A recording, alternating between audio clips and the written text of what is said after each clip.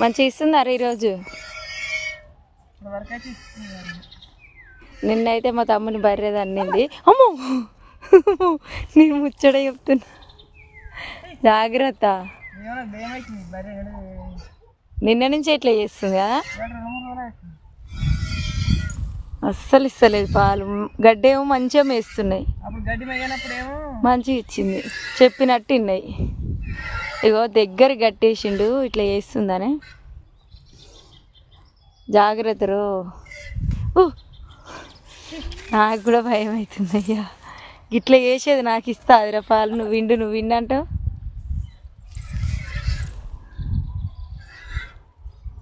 అస్సలు ఇస్తలేదు.